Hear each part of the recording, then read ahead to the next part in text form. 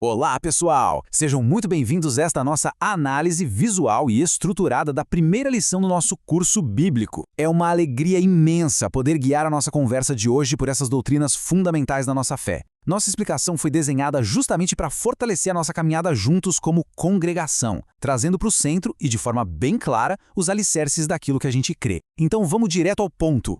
Para a gente começar com o pé direito, precisamos ancorar todo o nosso estudo exatamente nesta verdade absoluta. O apóstolo Paulo resume aqui o coração pulsante da nossa fé. Tudo, literalmente tudo, que a gente vai aprender, debater e viver em comunidade se resume a Jesus Cristo e o sacrifício dele na cruz. Se a gente perde isso de vista, bom, a gente perde todo o resto. O Cristo crucificado é simplesmente o centro inegociável da religião cristã.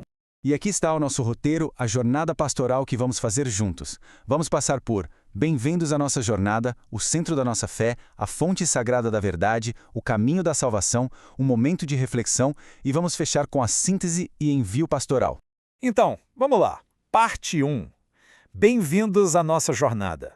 Sabe, a verdadeira religião cristã não é um conjunto de regras super complicadas que a gente precisa decorar. É algo muito mais fascinante. Consiste pura e simplesmente em ter uma fé verdadeira e viva no Evangelho. O nosso grande objetivo aqui, analisando esse material, é apresentar essas doutrinas para que a nossa confiança na Bíblia cresça de verdade e a nossa devoção ao Salvador aumente a cada dia. O ensino correto, afinal de contas, serve sempre para nos aproximar de Deus. E isso nos leva à parte 2, o centro da nossa fé. Aqui a gente vê um contraste que é brutal.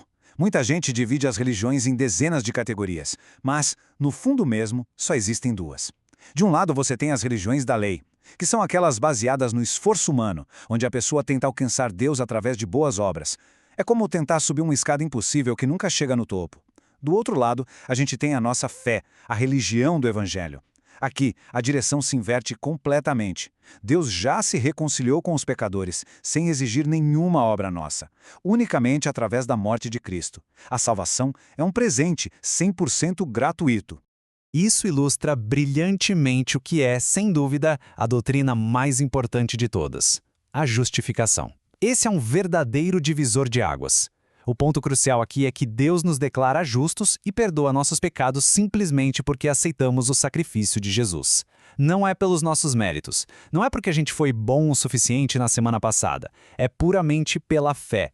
Essa é a doutrina base da qual todas as outras dependem. Se a igreja perder a justificação pela graça, ela perde a sua própria essência. Avançando para a parte 3, a fonte sagrada da verdade. Mas espera aí, de onde a gente tira uma promessa tão incrível e segura como essa da justificação? O fundamento da nossa fé cristã está guardado em um único lugar, e o apóstolo Paulo, escrevendo a Timóteo, responde isso na lata. O cristianismo afirma algo muito ousado. A Bíblia não é um livro que contém algumas palavras de Deus misturadas com ideias humanas. Não, a Bíblia é integralmente a verdadeira e sagrada palavra de Deus. Dá só uma olhada na força das características desse livro. A Bíblia é inspirada e absolutamente infalível em cada ponto, pelo simples motivo de que o autor dela é infalível. Ela é clara, ou seja, a mensagem da salvação é acessível para qualquer pessoa entender. Ela tem poder, um poder real para transformar corações e operar a fé salvadora. E talvez o mais libertador de tudo. Ela é suficiente. A gente não precisa de novas revelações ou de tradições humanas para completar a Bíblia. Tudo o que é necessário para a salvação eterna já está lá. Agora, tem um detalhe fascinante que sempre gera dúvidas. Deus não ditou a Bíblia como se os escritores fossem robôs, sabe? O Espírito Santo usou pastores de ovelhas, reis, pescadores e até um médico super detalhista, mantendo o estilo de escrever de cada um deles. Mas, e esse é o ponto-chave, ele ativamente inspirou os pensamentos e as palavras exatas que eles usaram. Eles foram os verdadeiros escrivãos de Deus. Parte 4. O caminho da salvação. Olha só a sequência lógica e maravilhosa que a nossa vida cristã tem, baseada no que a gente conversou até aqui. Prestem atenção na ordem das coisas. Tudo começa com o meio, o Evangelho, aquela pregação da palavra que gera a fé dentro da gente. Essa fé, então, nos leva direto ao nosso grande objetivo, a salvação eterna, aquele presente que é de graça. E qual é o resultado inevitável disso tudo? O passo 3, o fruto, as boas obras. Perceberam que as obras vêm por último? Elas não causam a salvação, elas transbordam naturalmente de um coração que já foi salvo, com o único propósito de glorificar a Deus. Chegamos à parte 5, nosso momento de reflexão. Vamos pensar juntos sobre uma questão que é super atual. A gente vive num mundo cristão cheio de divisões, milhares de denominações e conflitos teológicos para todo lado. Se a nossa fonte é tão clara e infalível, por que o cenário de hoje é tão fragmentado? Qual é a verdadeira causa raiz dessas divisões tão dolorosas? A resposta bíblica é bem direta e serve como um alerta contínuo para todos nós. As divisões acontecem quando falsos mestres ou ensinamentos que não são fiéis simplesmente abandonam o que está claro na palavra de Deus. Quando, ao invés da palavra pura, começa-se a ensinar ideias próprias, especialmente negando aquela doutrina fundamental que a gente viu antes, a justificação pela pura graça. Toda vez que se mistura regras e obras como condição de salvação, a igreja se divide. E aqui vai mais uma pergunta vital para testar o que a gente compreendeu. No mundo moderno e tão científico como o nosso, tem gente que diz que a Bíblia é inspirada só naquelas partes espirituais ou morais, mas que falha em detalhes históricos ou geográficos. Será que é isso mesmo que a palavra ensina sobre si mesma? A resposta é um gigantesco e firme não. A inspiração divina abrange a Bíblia inteira, toda ela, de capa a capa. Em cada palavra, a infalibilidade é absoluta. E a lógica para isso é simplesmente inquebrável. Se o autor de tudo, o próprio Deus, é infalível e só diz a verdade, então a mensagem dele, que foi entregue aos profetas e apóstolos, não pode conter o menor erro.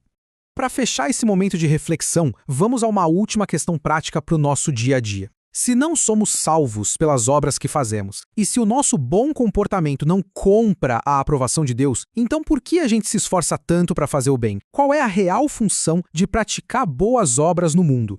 Olha que constatação libertadora a gente tem aqui. As boas obras nunca são uma moeda de troca com Deus. Elas são a consequência mais bonita, o verdadeiro fruto de uma fé que já está viva dentro da gente. Nós amamos e servimos as pessoas ao nosso redor simplesmente porque nós fomos amados primeiro. Deus já preparou essas boas obras de antemão para a gente andar nelas, para que o mundo lá fora olhe para as nossas atitudes e, através disso, glorifique a Deus. E, por fim, parte 6. Nossa síntese e envio pastoral. Eu quero destacar esse versículo maravilhoso do Evangelho de João. Ele resume perfeitamente toda a intenção de Deus ao nos dar a Bíblia. Ela não é um almanaque de curiosidades históricas ou um manual de autoajuda. Absolutamente tudo que está ali foi escrito com um único propósito grandioso, que a gente creia que Jesus é o Filho de Deus e que por essa fé, e não pelas nossas obras, a gente receba a vida eterna e abundante no nome dele. Para encerrar nossa análise, eu deixo essa provocação pairando no ar para a gente pensar durante a semana. Reflitam comigo.